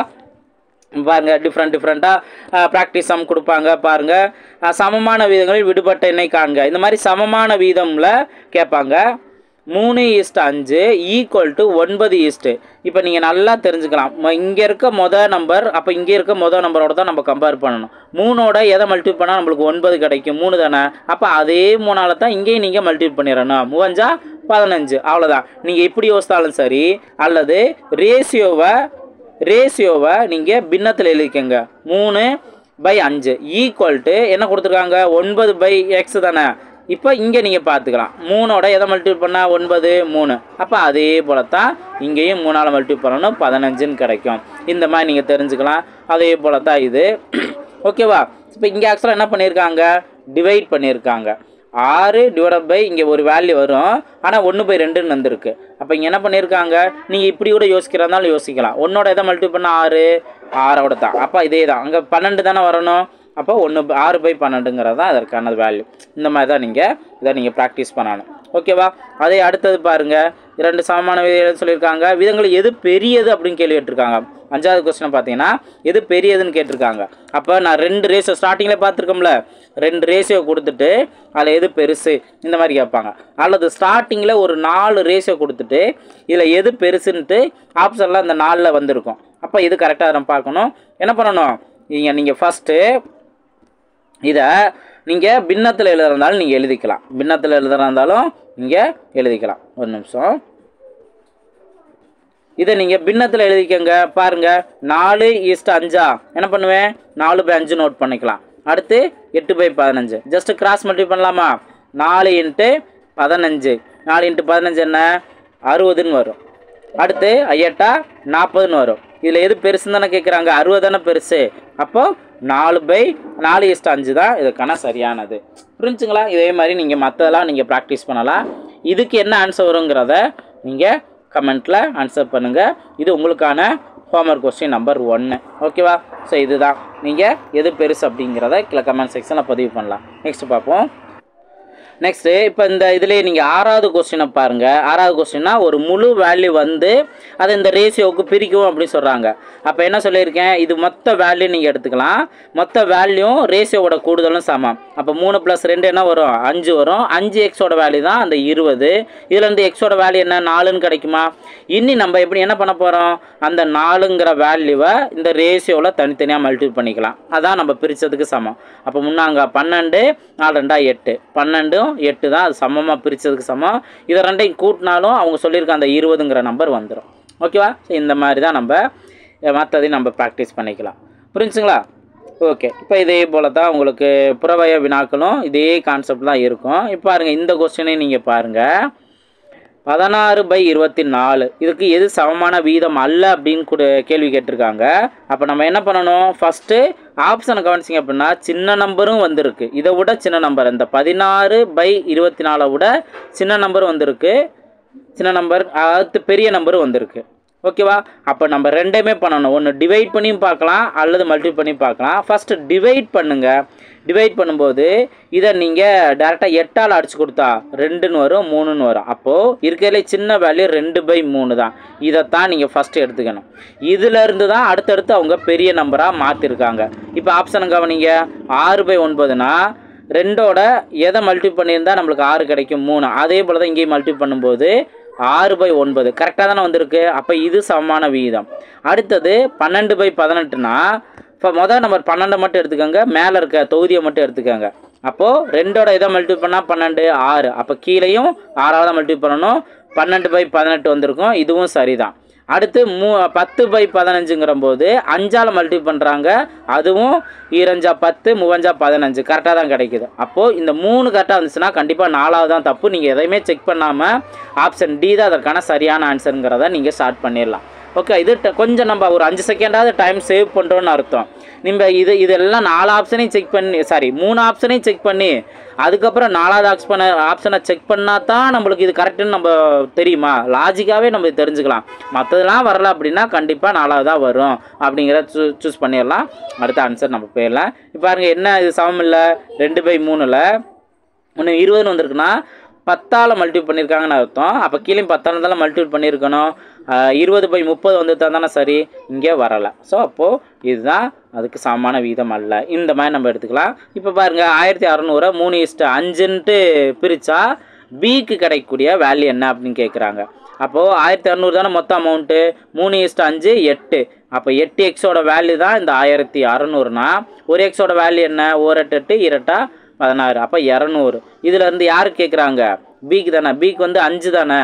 அப்போது 5 × 200 1000. அதுதான் இதற்கான ஆன்சர். ஓகேவா? இப்போ நெக்ஸ்ட் டாபிக் பாருங்கள். நெக்ஸ்ட் டாபிக் விகித சமம். நீங்கள் விகித சமம்னா என்ன அப்படிங்கிறத கரெக்டாக நீங்கள் புரிஞ்சுக்கணும். அதுக்கு என்ன நீங்கள் ரூல் ஃபாலோ பண்ணணுங்கிறத தெரிஞ்சுக்கோங்க. வீத சமம்னா 2 வீதங்கள் சமம்னு அர்த்தம். அப்போது மொதல் வீதம் A/B, 2வது வீதம் C/D. இப்போ இந்த 2 வீதமும் சமம் அப்படின்னு சொல்லுவாங்க. இந்த சமம்ங்கிற சிம்பிளை டபுள் ஈஸ்ட்டுங்கிறதும் யூஸ் பண்ணலாம். அதுதான் உங்களுக்கு இங்கே யூஸ் பண்ணியிருப்பாங்க. புரிஞ்சா? ஓகே, டபுள் ஈஸ்ட்டுன்னு சொல்லியிருப்பாங்க. அப்போது A/Bயும் நம்ம வீதத்தை பின்னத்தில் எதாவது சொல்லியிருக்கேன்ல, அப்போ A/Bயும் அடுத்தது C/Dயும் இது ரெண்டுமே சமம் அப்படிங்கிற சொல்லியிருப்பாங்க. இதுதான் வீத சமம் அப்படின்னு நம்ம எடுத்துக்கோம். இப்போ இதுலேருந்து ஏதாவது ஒரு வேல்யூ எக்ஸ் எங்கே வேணால் எக்ஸுன்னு இருக்கலாம். ஏதாவது ஒரு வேல்யூ ABCDயில் எங்கே வேணாலும் எக்ஸ்ன்னு இருக்கலாம். நம்ம என்ன பண்ண போகிறோம் அப்படின்னா, இதுக்கு ஒரு ரூலை நம்ம ஃபாலோ பண்ணி அதுக்கான ஆன்சர் நம்ம கண்டுபிடிக்கிறோம். அது என்ன ரூல் அப்படின்னு கேட்டிங்கன்னா, இதுதான் அந்த வீத சமன் விதிங்கிறது. நான் சொன்ன மாதிரி A/B = C/Dன்னு இருக்கும்போது கிராஸ் பண்ணி வர வேல்யூ அப்போ என்ன வரும், AD = CD. இது CB அல்லது BC. இந்த மாதிரி நீங்கள் எது வேணால் நீங்கள் எடுத்துக்கலாம். கிராஸ் மல்டிபிள் பண்ணும்போது கிடைக்குதுல்ல BC அப்படின்ட்டு. அப்போது ஏவையும் டிவையும் மல்டிபிள் பண்ணி கிடைக்கிற வேல்யூம் அதே போல் பியையும் சியையும் மல்டிபிள் பண்ணி கிடைக்கிற வேல்யூம் சமம். இந்த ரூல் இருந்தால் மட்டும்தான் அந்த 2 வீதங்கள் சமம்னு அர்த்தம். இதுதான் வீத சமன் விதி. ஓகேவா? ஸோ இதவே வேறு எப்படி நோட் பண்ணாங்கன்னா, இப்போ A/Bன்னு இருக்குது, டபுள் ஈஸ்ட்டுன்னு சொன்னாலும் சரி அல்லது ஈக்குவல்னு சொன்னாலும் சரி டபுள் ஈஸ்ட்டு. ஓகே, C/Dன்னு இருக்கும்போது இதை நம்ம எப்படி இந்த AD = BCங்கிறத எப்படி கொண்டு வரோம், லாஸ்ட்டு 2 வேல்யூ மல்டிபிள் பண்ணுறோம். ஓகேவா? So multiple of end value multiple of between value இதுதான். ஓகேவா? இப்போ பாருங்கள், லாஸ்ட் 2 வேல்யூ மல்டிபிள் பண்ணுறோம், ADன்னு கிடைக்கும், ஈக்குவல்ட்டு இந்த நடு வேல்யூ மல்டிபிள் பண்ணுறோம், BC அப்படின்னு இருக்கும். இந்த ரூலை தான் நம்ம ஃபாலோ பண்ணணும். நீங்கள் ஒவ்வொரு டைம் ஒரு ரேஷியோன்னு கொடுத்தாங்கன்னா அதை பின்னமாக எழுதி நீங்கள் இந்த மாதிரி சேஞ்ச் பண்ண அவசியம் இல்லை. டேரெக்டாக அவன் கொடுத்துருக்க வேல்யூலேருந்து லாஸ்ட் 2 வேல்யூ மல்டிபிள் பண்ணணும், இடையில இருக்க 2 வேல்யூ மல்டிபிள் பண்ணணும். எங்கே வேல்யூ கொடுக்கலையோ நம்ம அதை எக்ஸ்ன்னு வச்சே மல்டிபிள் பண்ணிக்கலாம். அந்த மாதிரி நம்ம பண்ணணும். ஓகேவா? ஸோ இது பாருங்கள், ஒரு இது ப்ராப்ளம் பார்த்தீங்கன்னா உங்களுக்கு புரியும். இதில் பாருங்கள், இப்போ இதவே பாருங்கள், 1/8 = 5/x அந்த டேஷ் கொடுத்துருக்காங்கன்னா அதை நம்ம கண்டுபிடிக்கணும். அப்போ என்ன பண்ணுவோம், நீங்கள் கிராஸ் மல்டிபிள் பண்ணுறதாலும் சரி இங்கே எக்ஸ்ன்னு வச்சு கிராஸ் மல்டிபிள் பண்ணலாம். அப்போது 4x = 8 40. அப்போ எக்ஸோட வேல்யூ என்ன, 40ங்கிறது தான் இதற்கான ஆன்சர். பின்னாடி பயிற்சி கணக்கில் உங்களுக்கு நிறையா கொடுத்துருப்பாங்க, அதை நம்ம ப்ராக்டிஸ் பண்ணிக்கலாம். அடுத்தது ஓரலகு முறை. ஓரலகு முறைங்கிறது பாருங்கள், ஒரு அலகின் மதிப்பை கணக்கிட்டு அதுலேருந்து தேவையான அலகுகளின் மதிப்பை கண்டறிவோம். ஓரலகு முறை என்னப்படும். அந்த ஓரலகு முறையில் என்ன மாதிரி விஷயங்கள்லாம் ஃபாலோ பண்ணணும்னு பார்த்தீங்கன்னா, நம்மளுக்கு கரெக்டான ஆர்டர் இங்கே நீங்கள் நோட் பண்ணணும். இப்போ நான் ஆரம்பத்தில் சொல்லியிருக்கேன்ல, என்ன ஆர்டரில் வேல்யூ கொடுத்துருவாங்களோ அதே இதில் தான் நம்ம ரேஷியோவோ பின்னமாவோ எழுதணும் அப்படின்னு சொல்லியிருக்கேன்ல, அதையும் இங்கே பயன்படுத்தணும். இந்த ஓரலகு முறை அப்படிங்கிறதுல நம்ம என்ன பண்ணோம் அப்படின்னா, டைம் அண்ட் ஒர்க்கில் நேர்வீதம் எதிர்வீதம் அங்கேயும் யூஸ் பண்ணுவோம். நேர்வீதம் எதிர்வீதம் இந்த இதுலையும் நீங்கள் எடுத்துக்கலாம். டைம் அண்ட் ஒர்க் கான்செப்டில் நேர்வீதம் எதிர்வீதம் இதையும் இப்படியும் கூட நீங்கள் எடுத்துக்கலாம். அல்லது ரேஷியோவில் ஓரளவு முறை இப்படியும் கூட எடுத்துக்கலாம். ஓகேவா? இப்போ எக்ஸாம்பிள் பாருங்கள். 5 இறகு பந்துகளை ஒரு விளையாட்டு பொருள் விற்கும் கடையில் வாங்க விரும்புகிறான். ஒரு பெட்டிங்கிறது 12 பந்து. ஓகேவா? அந்த 12 பந்துகளின் விலை 180 எனில் 5 பந்துகளை வாங்க எவ்வளவு தொகை செலுத்த வேண்டும்? அப்போது 12 பந்து 180 ரூபானா 5 பந்து எவ்வளோ வாங்கணும்? இதுதான் கேள்வி. அப்போ நம்ம இங்கே என்ன பண்ணுவோம்? பந்தோட எண்ணிக்கை இங்கே குறைஞ்சிருக்கு, 12லேருந்து 5 குறைஞ்சிருக்கு அப்படின்னா கண்டிப்பாக ரேட்டும் குறையும் தானே. அப்போ இது நேர்மாறல். நீங்கள் ஈஸியாக இதே மாதிரி மெத்தட்லேயே சால்வ் பண்ணிக்கலாம். நேர்மாறலாக இருந்தால் ஜஸ்ட் எக்ஸ் கண்டுபிடிக்கிறதுக்கு குறுக்கு பெருக்கல் பண்ணலாம். இப்போ நம்ம ஆக்சுவலாக நம்ம இந்த மாதிரிலாம் நம்ம பார்த்துருக்கோம்ல, குறுக்கு பெருக்கல் பண்ணலாம். அப்போ பண்ணிங்க அப்படின்னா என்ன வரும்? 12 × x = 180 × 5ன்னு வரும். இப்போ எக்ஸோட வேல்யூ கண்டுபிடிக்கிறதா இந்த 12 மட்டும் 180 × 5 டிவைடட் பை இந்த 12 மட்டும் நீங்கள் கீழே நோட் பண்ணிக்கலாம். இது சிம்பிளாக என்ன டைம் சேவ் இப்போ எடுத்து எழுதாமல் எப்படி நம்ம டைம் சேவ் பண்ணுறதுங்கிறது நான் சொல்கிறேன். இப்போ இதை சிம்பிளை பண்ணிங்க அப்படின்னா என்ன ஒரு 6ஆல் அடிச்சு கொடுத்தா இங்கே 2ன்னு வரும், இங்கே 30ன்னு வரும். அடுத்தது இங்கே 2ஆல் அடிச்சு கொடுத்தா 2, இங்கே 15ன்னு வரும். அப்போ எக்ஸோட வேல்யூ என்ன மல்டிபிள் பண்ணணும்? 15 5 மல்டிபிள் பண்ணணும். 15 5 75, இதுதான் எக்ஸோட வேல்யூ. அப்போ 12 பந்து 180 ரூபானா 5 பந்து விலை என்ன? 75 ரூபா. இந்த மாதிரி நம்ம அந்த நேர் வீத கான்செப்ட்லேயே நம்ம கண்டுபிடிச்சிடலாம். இதுவே நீங்கள் ப்ராக்டிஸ் பண்ணுங்கள். அது ஆக்சுவலாக நீங்கள் என்ன பண்ணணும்? இன்க்ரீஸ் ஆகுமா, ரெண்டுமே இன்க்ரீஸ் ஆகுமா, ரெண்டுமே டிக்ரீஸ் ஆகுமா, இதை நீங்கள் கவனிக்கணும். இது நேர் வீதம். ஒன்று இன்க்ரீஸ் ஆகிட்டு இன்னொன்று டிக்ரீஸ் ஆனிச்சா அது எதிர்வீதம். நம்ம அந்த மாதிரி கொஸ்டின் வந்துச்சு அப்படின்னா அந்த டைம் அண்ட் ஒர்க்கில் நம்ம பார்த்துக்கலாம். இப்போது இதை எப்படி நம்ம இந்த 75ங்கிறத ஒரே ஸ்டெப்லேயே நம்ம சிம்பிளை பண்ணி கண்டுபிடிக்கணும் அப்படின்னு கேட்டிங்கன்னா இந்த ஆர்டரை நீங்கள் நல்லா மைண்டில் வைங்க. இப்படி நம்ம சப்ஸ்டிட் பண்ணிடுறோம்ல, இதில் இந்த மாதிரி வந்துச்சு அப்படின்னா வெர்டிக்கலாக இருக்க வேல்யூ நம்ம சிம்பிளை பண்ணிக்கலாம். அல்லது இந்த மாதிரி ஹரிசாண்டலில் ரெண்டு நேர நம்பர் வந்திருக்குல்ல, இந்த மாதிரி வந்தாலும் நம்ம சிம்பிளை பண்ணிக்கலாம். அதாவது டிவைட் பண்ணிக்கலாம். டிவைட் பண்ணது போக கிராஸாக இருக்க வேல்யூ மட்டும் மல்டிபிள் பண்ணிக்கணும். இப்போ பாருங்கள், நம்ம 6ஆல் அடிச்சு கொடுத்தா இங்கே 2ன்னு வரும், இங்கே 30 அப்படின்னு வரும் சொல்லியிருக்கேன்னா. அடுத்தது 1 2 15 2 30. இப்போ என்ன ஆயிடுச்சு? இந்த வெர்டிகலாக இருக்க நம்பர் ஹரிசாண்டல் நம்பர்லாம் எல்லாத்தையும் அடிச்சிட்டோம். மீதி இருக்கிறது இந்த 5ம் 15ம் கிராஸில் இருக்குது. அப்போ இதை மட்டும்தான் நீங்கள் மல்டிபிள் பண்ணணும். அப்போ 5 × 15 எவ்வளோ வரும்? 75ன்னு வரும். இந்த மாதிரி. அப்போ நான் ரெண்டையுமே தெளிவாக சொல்லிட்டேன். நீங்கள் ஸ்டார்டிங்கில் உங்களுக்கு இந்த மாதிரி சிம்பிளை பண்ணுறது, இந்த மெத்தடில் மென்ஷன் பண்ணுறது கன்ஃபியூஸ் ஆகுது அப்படின்னா நான் ஃபஸ்ட்டு சொன்ன மெத்தட் ஃபாலோ பண்ணுங்கள். அதுலேருந்து நல்லா தெளிவாக தெரிஞ்சிட்ட பின்னாடி நீங்கள் இங்கே சிம்பிளை பண்ணிங்கன்னா உங்களுக்கு இந்த மெத்தடில் சிம்பிளை பண்ணிங்க அப்படின்னா உங்களுக்கு ரொம்பவே டைம் சேவ் ஆகும். ஒரு 5 செகண்ட் 10 செகண்டாலும் மிச்சமானாலும் நம்ம எடுத்து எழுதி சிம்பிளை பண்ணுறதுக்கு பதிலாக டேரெக்டாக சிம்பிளை பண்ணும்போது நம்மளுக்கு டைம் மிச்சம் தானே. அப்போது அதுவே பின்னாடி கண்டிப்பாக நம்மளுக்கு ஏதாவது ஒரு சம்ம தெளிவாக யோசித்து பண்ணுறதுக்கு யூஸ்ஃபுல்லாக இருக்கும். ஓகே, இது ஒன்று. அடுத்து இதை இன்னொன்று என்ன சொல்லுவாங்கன்னா பாக்ஸ் மெத்தட்னே சொல்லுவாங்க. இந்த மாதிரி வர்றத இதை ஒரு பாக்ஸ் மெத்தட்னே சொல்லுவாங்க. அப்போது இந்த பாக்ஸ் மெத்தடுங்கிறது நிறைய இடங்களில் யூஸ் ஆகும். நம்ம பர்சன்டேஜ் பார்க்குறோம் பாருங்கள், பர்சன்டேஜ் பார்க்குறது, ப்ராஃபிட் அண்ட் லாஸ் நம்ம பார்க்குறோம். அதே போல் சிம்பிள் இன்ட்ரெஸ்ட்டு, இந்த மாதிரி நிறையா இடங்களில் இந்த பாக்ஸ் மெத்தடுங்கிறது நிறைய இடங்களில் யூஸ் ஆகும். அப்போ அந்த மெத்தடை நல்லா கிளியராக புரிஞ்சுக்கோங்க, எப்படி சிம்பிளை பண்ணணுங்கிறத தெரிஞ்சுக்கோங்க. கண்டிப்பாக உங்களுக்கு பின்னாடி யூஸ்ஃபுல்லாக இருக்கும். ஓகேவா? இப்போ பாருங்கள், இதுவே நீங்களே பார்க்கலாம். 40 நிமிடங்களில் 3 அலகுகள்னால் 2 மணி நேரத்தில். அப்போ ஃபஸ்ட்டு விஷயம் என்ன பண்ணணும்? 40 நிமிடங்கிறத, அதாவது 2 மணி நேரங்கிறத நிமிடமாக மாற்றிக்கணும். இப்போ 40 நிமிடத்தில் 3 அலகுகள்னால் 2 மணி நேரங்கிறது மொத்தம் எத்தனை நிமிடம்? 120 நிமிடம். இந்த 120 நிமிடங்களில் எவ்வளவு யூனிட் தேவைப்படும்? அப்போது நிமிடங்கள் அதிகமாகுது அப்படின்னா கண்டிப்பாக கரண்ட்டும் அதிகமாக தேவைப்படும். அப்போ இது ரெண்டுமே இன்க்ரீஸ் ஆகுதுன்னா நேர் வீதம் நீங்கள் எடுத்துக்கோங்க. ஒரே அழகாக மாற்றிட்டோம், அதான் ஓரளவு முறை. ஓகேவா? இப்போ நீங்கள் அடிச்சு கொடுத்தா இந்த மாதிரி ஒரு 40 40 3 40 120. இப்போ 3 இந்த 3 கிராஸில் இருக்குது. அப்போ 3 9 தான் அதற்கான ஆன்சர். இந்த மாதிரி நீங்கள் பண்ணலாம். இதுக்குரிய நீங்கள் பயிற்சி கணக்கு பாருங்கள். 3:5 டபுள் ஈஸ்ட்டு இங்கே டேஷ் கொடுத்து 20ன்னு கொடுத்துருக்காங்க. அப்போ என்ன பண்ணோம்? இப்போ 3:5 டபுள் ஈஸ்ட் இங்கே எக்ஸ் இருக்குது 20ன்னு பார்க்குறோம். அப்போ லாஸ்ட் 2 வேல்யூ மல்டிபிள் பண்ணுமா? மல்டிபிள் கண்டிஷனில் மட்டும் எழுதுங்க. 20 × 3 ஈக்குவல் டு இடையில இருக்க 2 வேல்யூ, இதை எக்ஸ்ன்னு எடுத்திங்கன்னா 5 × எக்ஸு. இப்போ நம்ம எக்ஸ் கண்டுபிடிக்கிறதுக்கு முன்னாடி இதவே நம்ம அடிச்சு கொடுக்கலாம். 1 5 5 4 5 20. அப்போ 4 × 3 12 வருமா? 12 தான் எக்ஸோட வேல்யூ நம்ம எடுத்துக்கலாம்.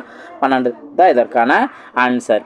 ஓகே, இந்த மாதிரி நீங்கள் இந்த மாதிரி சிம்பிளை பண்ணி பண்ணலாம். அதே இது ஒரு சில நம்பருக்கு நீங்கள் டைரெக்டாக ஆன்சர் கண்டுபிடிக்கலாம். எப்படின்னு பார்த்தீங்கன்னா 3:5 நீங்கள் பின்னத்தில் இருந்தாலும் சரி அல்லது இப்படியே நீங்கள் நோட் பண்ணி பண்ணுறதுனாலும் சரி. இப்போ இங்கே அதாவது இங்கே ரெண்டாவது ரேஷியோ இருக்குன்னா இங்கேயும் நீங்கள் ரெண்டாவது ரேஷியோவை கம்பேர் பண்ணுங்கள்.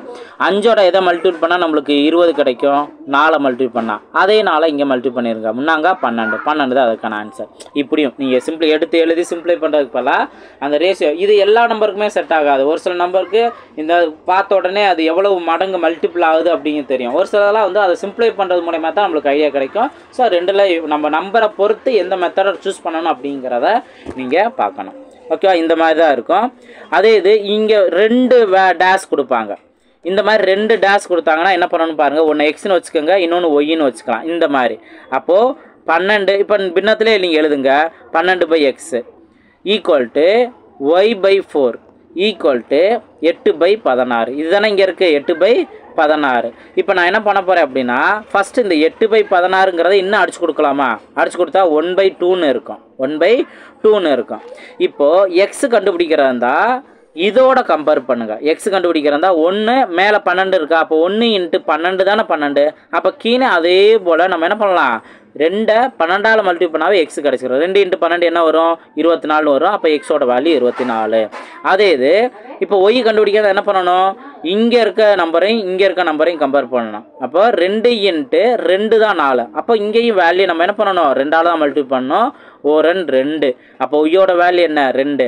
அப்போ ஆப்ஷனில் எக்ஸ் வேல்யூ 24ம் ஒய் வேல்யூ 2ன்னு இருக்கும். இந்த மாதிரி தான் நம்ம ஆன்சர் கண்டுபிடிச்சிடணும். புரிஞ்சுங்களா? இதை நீங்கள் ப்ராக்டிஸ் பண்ணி பாருங்கள்.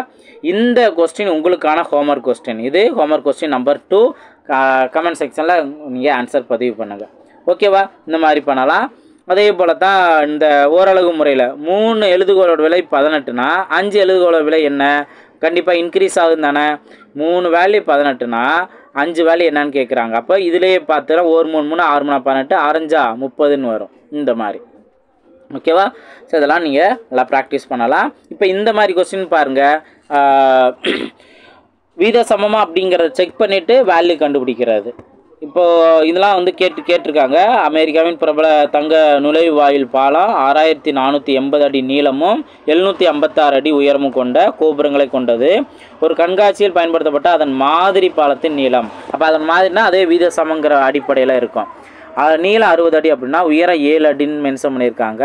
பாலத்தை பயன்படுத்தப்பட்ட பாலத்தின் மாதிரியானது உண்மை பாலத்துக்கு வீத சமமா அப்படின்னு கேட்டிருக்காங்க. இதில் கேள்வி என்ன அப்படின்னா ஏதாவது ஒன்று வேல்யூ வந்து மறைச்சிட்டு அந்த வேல்யூ என்னன்னு கண்டுபிடிங்க அப்படின்னு கேட்பாங்க. அப்போ நம்ம என்ன பண்ணுவோம்? நீங்கள் இந்த 6480 ஈஸ்ட்டு 756 இந்த மாதிரி நோட் பண்ணணும். ஈக்குவல் டு வீத சமமாக கேட்டனால ஈக்குவல் டு 60:7ங்கிறத அவங்க கொடுத்துருக்கே நோட் பண்ணணும். பண்ணீங்க அப்படின்னா நீங்கள் இதை சிம்பிளை பண்ண இது ஈக்குவலாக வருதா அப்படிங்கிறத நீங்கள் தெரிஞ்சுக்கலாம். இப்போ எக்ஸாம்பிள் பார்த்தீங்கன்னா இதை நீங்கள் 2ஆலே சிம்பிளை பண்ணலாம். 2ஆல் சிம்பிளை பண்ணும்போது என்ன வரும்? இது 3 2 6 பேலன்ஸ் 1 15னா 7 2 14 பேலன்ஸ் 1 அடுத்து 8 2 16. இங்கேயும் நீங்கள் 2ஆல் அடிச்சு கொடுத்தா 3 2 4 0 மறுபடியும் 2ஆல் அடிச்சு கொடுக்கலாமா? அடிச்சு கொடுத்தோம் அப்படின்னா 1 16னா 8 9ங்கிறது கிடைக்கும். அடுத்து இங்கே 2ஆல் அடிச்சு கொடுத்தா 1 6 2 0. அதுக்கடுத்து என்ன பண்ணலாம்? 3ஆல் அடிச்சு கொடுத்தீங்க அப்படின்னா 3ஆல் அடிச்சு கொடுத்தா அதாவது 9ஆல் கூட நம்ம அடிச்சு கொடுக்கலாம். எப்படின்னு பாருங்கள். இப்போ 9ஆல் அடிச்சு கொடுத்தீங்க அப்படின்னா 9 18 9 9. இங்கே பார்த்தீங்க அப்படின்னா 9 9 பேலன்ஸு 9 பேலன்ஸு 7 வரும். 72னா 8 72. ஓகேவா? இப்போ இதுக்கு அடுத்தது இந்த வேல்யூ நம்ம 3ஆல் அடிச்சு கொடுக்கலாம். 3ஆல் அடிச்சு கொடுத்தா 7 வரும். இங்கே 60ன்னு வரும். அப்போ 60:7ங்கிறதே கிடச்சா இதுவும் 60:7ங்கிறது கிடச்சா அப்போ இது வீத சமந்தான். ஆக்சுவலாக இதில் நான் ஆரம்பத்திலே சொன்ன மாதிரி ஏதாவது ஒரு வேல்யூ அந்த மாதிரி பாலத்தில் ஏதாவது ஒரு வேல்யூ மறைச்சிட்டு அந்த வேல்யூ என்ன அப்படிங்கிற மாதிரி கேள்வி இருப்பாங்க. இந்த மாதிரி தான் இருக்கும். ஓகே? ஸோ இதுதான் நீங்கள் ப்ராக்டிஸ் பண்ண வேண்டியது. பேசிக்கானது தான். நீங்கள் நல்லா ப்ராக்டிஸ் பண்ணலாம். பாருங்கள் எது வீத சமமாகும் அப்படிங்கிறம்போது என்ன பண்ணுவோம்? லாஸ்ட் 2 வேல்யூ மல்டிபிள் பண்ணணும். இடையில இருக்க 2 வேல்யூ மல்டிபிள் பண்ணணும். இப்போ 3 × 11 33 6 × 5 30 வருது. அப்போ இது வீத சமம் கிடையாது. அதே போல் 6 12 இங்கே 18 27ன்னு போகும். இதுவும் கிடையாது. இங்கே 50 10 × 5 50. அப்போ இதுதான் சமமாக இருக்குது. இது வீத சமம். இது வந்து வீத சமம் கிடையாது. 3 9 1 1 1 அப்போ இதுவும் வீத சமம் கிடையாது. இந்த மாதிரி நீங்கள் செக் பண்ணணும். இப்போ நம்ம பார்த்த அதே மெத்தட் தான் இப்போ கொஸ்டினாகவே கேட்டுக்கிட்டே இருக்காங்க. 2, 5, x, 20 அதே வரிசையை பயன்படுத்தி அமையும் வீதங்கள் எனில் சமமாக இருப்பேன் எக்ஸ். இந்த மாதிரி அதே வரிசைன்னா மொதல் 2 ஒரு ரேஷியோவாகவும் ஈக்குவல்ட்டுன்னு போட்டு ஈக்குவல்ட்டோ அல்லது விஎஸ் சமம் டபுள்இஸ்டோ போட்டுட்டு அடுத்ததை x:20 இந்த மாதிரி நம்ம பண்ணிவிட்டு எக்ஸோட வேல்யூ என்னன்னு கண்டுபிடிச்சிக்கலாம். இப்போது என்ன பண்ணுவோம், நான் ஆல்ரெடி சொன்ன மாதிரி தான், இங்கே 2வது வேல்யூ இங்கே 2வது வேல்யூ 5ஓட 4 மல்டிபிள் பண்ணால் தான் நமக்கு 20. அப்போ இதையும் 4 மல்டிபிள் பண்ணோம்னா 8ன்னு கிடைக்கும். ஆப்ஷன் டி தான் அதற்கான சரியான ஆன்சர். அதே போல் தான் இதுவும் வரும். ஈஸியாக நீங்கள் இதை ப்ராக்டிஸ் பண்ணிடலாம். ஓகேவா? நம்ம பாருங்கள், இப்போ இந்த கொஸ்டின்லாம் நீங்கள் பார்த்துருக்கீங்க. நிறைய டைம் வந்து கம்பேர் பண்ணி கேள்வி கேட்டிருப்பாங்க. இப்போ பாருங்கள், சில விலங்குகளில் அது அளவுகளின் வேகம் கொடுக்கப்பட்டுள்ளது. யானைக்கு 20 km/மணி, சிங்கத்துக்கு 80 km, சிறுத்தைக்கு 100. அவங்க என்ன கேட்டிருக்காங்க, யானை மற்றும் சிங்கம். அப்போ யானைக்குரியது என்ன 20, சிங்கத்துக்குரியது என்ன, எல்லாமே km/மணி தான். அதை நீங்கள் கவனிச்சுக்கணும். யூனிட் எங்கேயும் மாற்றிருக்காங்கன்னா அதுக்கேற்றாப்புல நம்ம ஒரே யூனிட்டுக்கு மாற்றிக்கணும். அடுத்து சிங்கம் தானே, சிங்கம் வந்து 80, இதை அடிச்சு கொடுத்தீங்க அப்படின்னா 1:4. ஓகேவா? அடுத்தது சிங்கம் சிறுத்தை, சிங்கத்தோடது 80, சிறுத்தைக்கு 100, இதை அடிச்சு கொடுத்தீங்க அப்படின்னா இப்போ 0 0, அடுத்து 2ஆல் அடிச்சு கொடுத்தா 4:5ன்னு கிடைக்கும். அதே போல் தான் யானை மற்றும் சிறுத்தை. ஓகேவா? யானைக்கு வந்து 20, சிறுத்தைக்கு வந்து 100, இதை அடிச்சு கொடுத்தா 1:5ன்னு கிடைக்கும். இவங்க இதை இதையும் கேட்டிருக்காங்க. அதுக்கடுத்து இதில் எது பெருசு எது சிறுசுன்னு கேட்டிருக்காங்க. சின்னதும் கேட்டிருக்காங்களா? இப்போ 3 ரேஷியோ வந்துச்சு அப்படின்னா மொதல் ரேஷியோ எடுத்து 2ஆவதோட கம்பேர் பண்ணுங்கள். அதில் எது பெருசு சிறுசுங்கிறத நீங்கள் கண்டுபிடிக்கணும். பாருங்கள், இப்போ 1/4, 4/5 இதை எடுத்து கிராஸ் மல்டிபிள் பண்ணணுமா? அப்போ 1 5 5, 4 4 16. அப்போ எது சிறுசு? 5 தான் சிறுசுனால 1/4 தான். இந்த 2ல் இதுதான் சிறுசு. ஓகே, இதுதான் சிறுசு. ஓகேவா? அப்போது இந்த சின்ன வேல்யூவை நம்ம அடுத்த ரேஷியோட கம்பேர் பண்ணோம். அப்போ தானே ஃபைனலாக எது சிறுசுங்கிறதே தெரியும். அப்போ இங்கே 1/5. இப்போ பாருங்கள், கிராஸ் மல்டிபிள் பண்ணோம்னா 1 5 5, 1 4, இது தானே சின்னது. அப்போ ஃபைனலாக பார்த்தோம் அப்படின்னா இந்த 1/5 தான் சின்ன வேல்யூ. இது அதற்கான ஆன்சர். இந்த மாதிரி தான் நம்ம ஆல்ரெடி கற்றுக்கிட்ட இருக்கலாம், இங்கே நம்ம அப்ளை பண்ணணும். புரிஞ்சுங்களா? ஸோ கண்டிப்பாக உங்களுக்கு இது கிளியராக புரிஞ்சுருக்குன்னு நினைக்கிறேன். நல்லா ப்ராக்டிஸ் பண்ணுங்கள். அதே போல் தான் இங்கேயும் பாருங்கள், நீங்கள் இந்த 7வது கொஸ்டினை கவனிங்க. பாருங்கள், திருமகளின் தாய் 35 சிவப்பு மணிகள் மற்றும் 30 நீல மணிகள் கொண்ட கைகாப்பு அணிந்திருக்கிறார். திருமகள் அதே வீதத்தில் சிறிய கைகோப்பை அதே இருவண்ண மணிகளை பயன்படுத்தி செய்ய விரும்புகிறார். அவரால் எத்தனை வெவ்வேறு வழிகளில் கைகாப்புகளை செய்ய இயலும் கேட்டிருக்காங்க. இப்போது சிவப்புங்கிறது 35, நீலங்கிறது 30. ஓகேவா? இப்போ இங்கே என்ன பண்ணுறாங்க அப்படின்னா, நீங்கள் 5ஆல் அடிச்சு கொடுங்க, இங்கே 7ன்னு கிடைக்கும், இங்கே 6ன்னு கிடைக்கும். இதே இதில் அவங்க என்னென்ன பண்ணுறாங்கன்னா, எத்தனை வெவ்வேறு வழி, இதே விதங்களில் எத்தனை வெவ்வேறு வழிகளில் கைகாப்பு செய்ய இயலும் கேட்டிருக்காங்க. இதிலேருந்து நீங்கள் ஸ்டார்ட் பண்ணணும். மொதல் இந்த 7:6. ரெண்டாவது என்ன அப்படின்னா, இதே அப்படியே டபுள் பண்ணிங்கன்னா 14:12ன்னு கிடைக்குமா? ஓகேவா? இது ரெண்டாவது. அடுத்து 3வது பார்த்தீங்கன்னா, இதவே நீங்கள் 3ஆல் மல்டிபிள் பண்ணி பார்க்கலாம். 3ஆல் மல்டிபிள் பண்ணிங்கன்னா 21:18. ஓகேவா? அதுக்கு அடுத்தது இதை நீங்கள் அடுத்த 4வது ரேஷியோ எப்படி கிரியேட் பண்ணலாம்? 4ஆல் கிரியேட் பண்ணிங்கன்னா 28, இங்கே 24. இந்த மாதிரி நீங்கள் கிரியேட் பண்ணலாம். 4 கிரியேட் பண்ணலாம். இப்போ 5ஆவதுன்னு நீங்கள் போகும்போது 5ஆவதாக வந்து ஆல்ரெடி இங்கே இருக்குல்ல. ஓகே, அதனால இதுக்கு மேலே நம்ம போக முடியாது. இந்த 4 மெத்தடில் டிஃப்ரெண்ட் வழிகளில் நம்ம கைகோப்பில் செய்ய முடியும் அப்படிங்கிறது தான் இதற்கான ஆன்சர். 4ங்கிறது தான் இதற்கான ஆன்சர். சேம் வேல்யூ ஆல்ரெடி இருக்குது, அதனால அதையும் நம்ம சேர்த்து எடுக்கக்கூடாது, அதுக்கு மேலேயும் நம்ம போகக்கூடாது. அப்போ இந்த 4 வழிகள்ங்கிறதான் நீங்கள் இதற்கான ஆன்சர் எடுத்துக்கணும். ஓகேங்களா? நெக்ஸ்ட் கொஸ்டின் பார்க்கலாம். இதெல்லாம் பயிற்சி கணக்குகள் நம்ம ஆல்ரெடி பார்த்த மெத்தடில் தான் இருக்குது.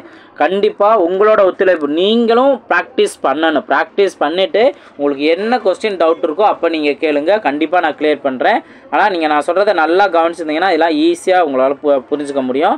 நம்ம ஆல்ரெடி பார்த்த மெத்தடு தான் இங்கே இருக்கும். இப்போ லாஸ்ட்டாக ஒரு கொஸ்டின் பாருங்கள். உன் பள்ளி நாட்குறிப்பில் இருந்து நடப்பு கல்வி ஆண்டின் விடுமுறை நாட்களின் எண்ணிக்கைக்கும் வேலை நாட்களின் எண்ணிக்கைக்கும் உள்ள வீதத்தை காண்க அப்படின்னு கேள்வி கேட்டிருக்காங்க. அப்போ இதுக்கு வந்து எந்த டேட்டாவுமே கொடுக்காம உங்களுக்கு வந்து கேள்வி கேட்குறாங்கன்னா இதில் ஒரு டேட்டா நீங்கள் கண்டிப்பாக தெரிஞ்சிருக்கணும். என்ன அப்படின்னா, மொத்தத்துக்கு பள்ளி வேலை நாட்கள் எத்தனை அப்படின்னா 220 நாட்கள். ஓகேவா?